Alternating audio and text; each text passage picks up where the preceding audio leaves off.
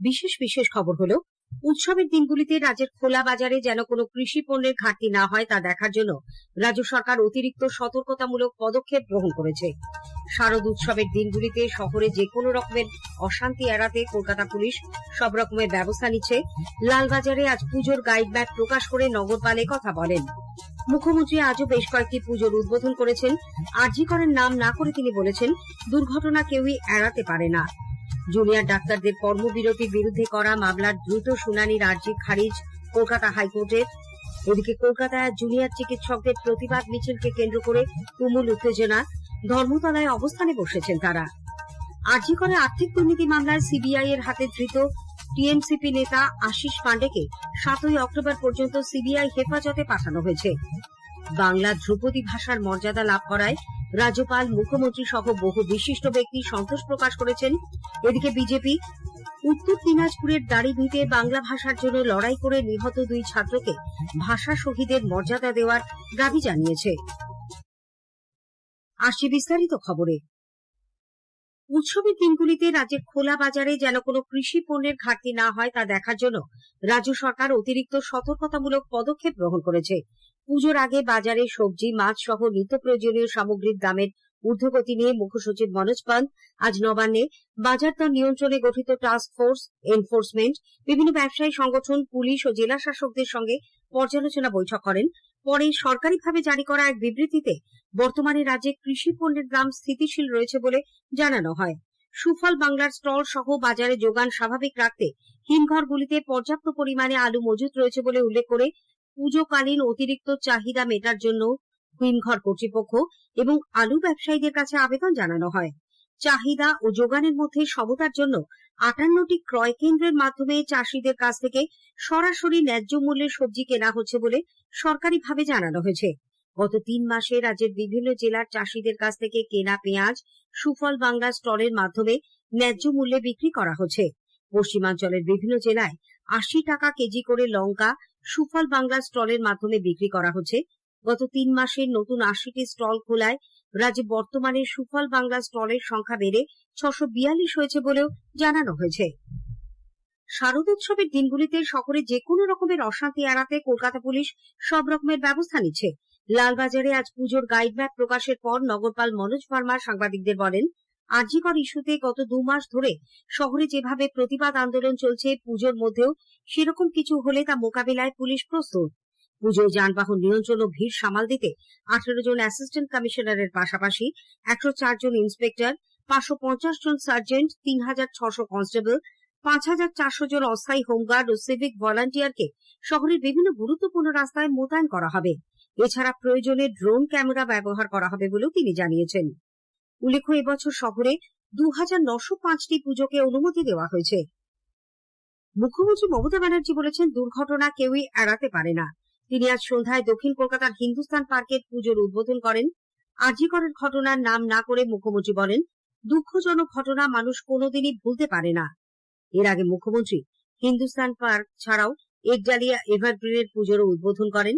আজ তার মুদিয়ারি, বাদামতলা আশা সংঘ, শীতলা মন্দির সহ 12টি পুজোর উদ্বোধনের কর্মসূচি রয়েছে।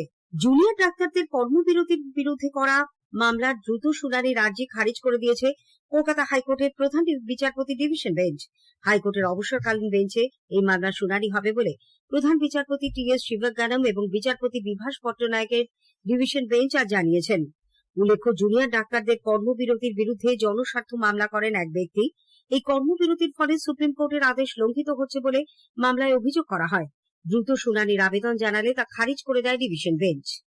এদিকে আরজি কর হাসপাতালে তরুণী চিকিৎসকের ধর্ষণ ও খুনের ঘটনায় ন্যায় বিচার ও দোষীদের শাস্তি এবং হাসপাতালগুলিতে ডাক্তারদের নিরাপত্তা সুনিশ্চিত করার দাবিতে জুনিয়র চিকিৎসকেরা আজ কলকাতায় এক প্রতিবাদ মিছিলে সামিল হয়েছেন।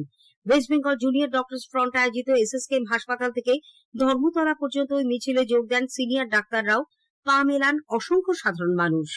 এদিকে মিছিলকে কেন্দ্র করে ধর্মতলায় তুমুল উত্তেজনা দেখা দিয়েছে। মেট্রো চ্যানেলে অপেক্ষারত তার কয়েকজন সহকর্মীকে টেনে হিঁচড়ে সরিয়ে দেওয়া হয়েছে। এক ইন্টার্নের সঙ্গে অভব্য আচরণ করা হয়েছে। এই অভিযোগে ও তার প্রতিবাদে রাস্তায় বসে পড়েন জুনিয়র চিকিৎসকেরা। কলকাতা পুলিশের বিরুদ্ধেও তারা স্লোগান দিতে থাকেন। শুরু হয় ব্যাপক যানজট। বিধানসভার অধ্যক্ষ বিমান বন্দ্যোপাধ্যায়ের গাড়ি জ্যামে আটকে পড়ে। পুলিশের হস্তক্ষেপে অবশ্য পরে অধ্যক্ষের গাড়ি সরিয়ে নিয়ে যাওয়া হয়। শেষ খবর পাওয়া পর্যন্ত অবস্থান বিক্ষোভ চলেছে। উল্লেখ্য, আজকের মিছিল শেষে জুনিয়র ডাক্তাররা কর্মবিরতি তুলে নিতে পারেন বলে আভাস মিলেছিল।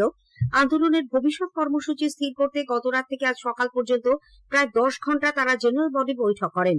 সেই বৈঠকের বিস্তারিত পুরোপুরি জানা না গেলেও সূত্রের খবর, কনভেনশনে উঠে আসা অধিকাংশের মতামতকে মর্যাদা দিয়ে কর্মবিরতি তুলে নিয়ে পুজোর আগে আন্দোলনকে অন্য মোড় দেওয়ার প্রস্তাব এসেছিল নানান স্তর থেকে। আরজি করে আর্থিক দুর্নীতি মামলায় সিবিআই এর হাতে ধৃত তৃণমূল ছাত্র পরিষদ নেতা চিকিৎসক আশিস পান্ডেকে 7ই অক্টোবর পর্যন্ত সিবিআই হেফাজতে পাঠানো হয়েছে। তাকে আজ আলিপুর আদালতে তোলা হয়।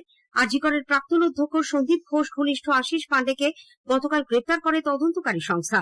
সিবিআই সূত্রে জানা গেছে, আর্থিক দুর্নীতির মামলার সঙ্গে আরজি করের তরুণী পিজিটি চিকিৎসকের ধর্ষণ ও খুনের কোনো যোগ আছে কিনা আশিস পান্ডেকে বিস্তারিত জিজ্ঞাসাবাদ করে তা খতিয়ে দেখা হবে।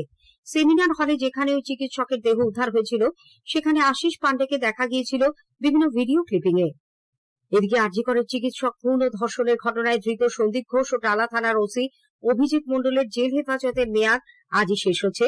তাদের আবার 14 দিনের জেল হেফাজতে পাঠানোর আবেদন করেছে সিবিআই। দক্ষিণ শহরতলির বাঁশদ্রোণীতে পে লোডারের ধাক্কায় ছাত্র মৃত্যুর ঘটনায় গাড়ির মালিক সহ 2 জনকে গ্রেপ্তার করেছে পুলিশ। ডিসি এসএসডি বিদিশা কলিতা জানিয়েছেন, মালিক বিশ্বকর্মা শর্মাই ঘটনার পর চালক শম্ভুরামকে পালাতে সাহায্য করেছিল। গতরাতে চালক ও মালিক 2 জনকে গ্রেপ্তার করা হয়। গোপন খবরের ভিত্তিতে পুলিশ দমদম এবং চিতপুরের সীমানা থেকে তাদের পাকড়াও করে। উল্লেখ্য, 9ম শ্রেণীর ওই ছাত্র মৃত্যু এবং পুলিশকে হেনস্থা মিলিয়ে বাঁশদ্রোণীতে মোট 5টি মামলা দায়ের হয়েছে। স্থানীয় সংবাদ শুনছেন আকাশবাণী কলকাতা কেন্দ্র থেকে। বাংলা এবার ধ্রুপদী ভাষার মর্যাদা পেতে চলেছে। বাংলা সহ মারাঠি, পালি, প্রাকৃত, অসমিয়া মোট 5টি ভারতীয় ভাষাকে ধ্রুপদী ভাষার মর্যাদা দেওয়ার সিদ্ধান্ত নিয়েছে কেন্দ্রীয় মন্ত্রিসভা। এই নিয়ে দেশে মোট ধ্রুপদী ভাষার সংখ্যা হল 11। কেন্দ্রের এই সিদ্ধান্তকে স্বাগত জানিয়েছেন রাজ্যপাল সিভি আনন্দ বোস, মুখ্যমন্ত্রী মমতা ব্যানার্জি, কংগ্রেস ওয়ার্কিং কমিটির সদস্য প্রাক্তন সাংসদ অধীর রঞ্জন চৌধুরী প্রমুখ। মুখ্যমন্ত্রী আজ একডালিয়া এভারগ্রিনের পুজোর উদ্বোধন করে বাংলা ধ্রুপদী ভাষার মর্যাদা লাভ করায় সন্তোষ প্রকাশ করেন। বাংলা সারা পৃথিবীতে 5ম বৃহত্তম ভাষা এবং এশিয়াতে 2য় বৃহত্তম ভাষা।